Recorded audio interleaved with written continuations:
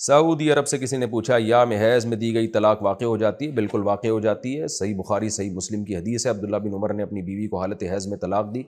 ان سے پوچھا گیا کیا اس طلاق کو کاؤنٹ کیا گیا تھا؟ فرمایا فما، تو اور کیا ہوتا، کاؤنٹ کیوں نہیں کیا جاتا؟ ایک تو میں نے غلط کیا کہ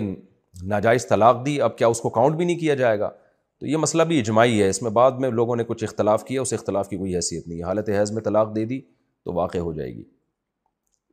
بعض لوگ عبداللہ بن عمر کی ایک روایت سے استدلال کرتے ہیں کہ جس میں آتا ہے کہ کاؤنٹ نہیں کیا گیا تھا، تو میں نے اپنی 3 طلاق والی کتاب میں اس پر تفصیلی بحث کی ہے۔ عبداللہ بن عمر سے 2 روایتیں ہیں، ایک ہے مذکر کے صیغے کے ساتھ، اس کا مطلب ہے طلاق کو کاؤنٹ کیا گیا، دوسری ہے مؤنث کے صیغے کے ساتھ، لم تعتد بہا کے الفاظ ہیں، تو اس میں تعتد بہا ہے تو اس کا مطلب حیض کو کاؤنٹ نہیں کیا گیا، یعنی اس حیض کو عدت میں کاؤنٹ نہیں کیا گیا۔ تو بعض لوگوں سے جیسے ناصر البانی رحمہ اللہ، ان لوگوں سے بیچاروں سے اتنے بڑے عالم ہو کے بھی مغالطہ ہو جاتا ہے، ان سے مغالطہ ہوا تو وہ حیض والی حدیث کو انہوں نے فٹ کر دیا۔ سوری، یہ مغالطہ البانی رحمہ اللہ سے نہیں ہوا، ایک دوسرے اہل حدیث عالم سے ہوا ہے، ان کا بھی نام میرے ذہن میں نہیں آ رہا، میں نے اپنی کتاب میں نقل کیا اس کو۔ تو بعض لوگوں کو مغالطہ یہ ہوا ہے کہ لم تعتدہ سے جو ہے وہ یہ سمجھے کہ طلاق کو کاؤنٹ نہیں کیا، حالانکہ وہ تعتدہ کی ضمیر حیض کی طرف لوٹ رہی ہے۔ تو عبداللہ بن عمر سے 2 روایتیں، ایک میں آتا ہے کہ کاؤنٹ کیا، ایک میں آتا ہے کاؤنٹ نہیں کیا۔ تو جو کاؤنٹ کیا والی روایت ہے وہ ضمیر جو پروناؤن ہے وہ لوٹ رہا ہے طلاق کی طرف، مذکر کی ضمیر ہے، اس سے پتہ چلتا ہے طلاق کو تو کاؤنٹ کیا ہے، اور جو کاؤنٹ نہیں کیا والی ہے وہ مؤنث کے صیغے کے ساتھ ہے، اور پیچھے حیض کا ذکر بھی آ رہا ہے،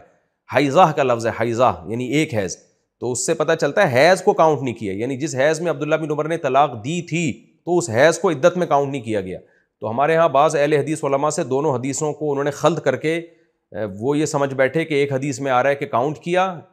اور ایک میں آ رہا ہے کاؤنٹ نہیں کیا، تو انہوں نے اس پر لے گئے کہ جس حدیث میں آ رہا ہے نا کاؤنٹ نہیں کیا تو یہ اس کی علامت ہے، عبداللہ بن عمر نے اپنے قول سے رجوع کر لیا، تو یہ بات بالکل غلط ہے۔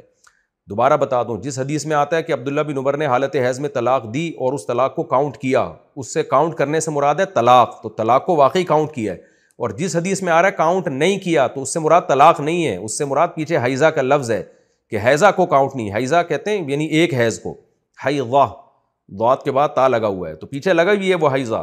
تو اس سے صاف پتہ چل رہا ہے کہ وہ حیض کو عدت میں کاؤنٹ نہیں کیا۔ یہ باقی میری 3 طلاق والی کتاب ہے، ابھی چھپی نہیں ہے،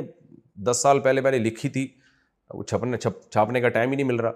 تو جیسی ٹائم ملتا ہے اس کو فوراً میں چھاپتا ہوں، اس میں یہ پوری بحث ہے۔ بہرحال حالت حیض میں اگر طلاق دی ہے تو 100% کاؤنٹ ہوگی،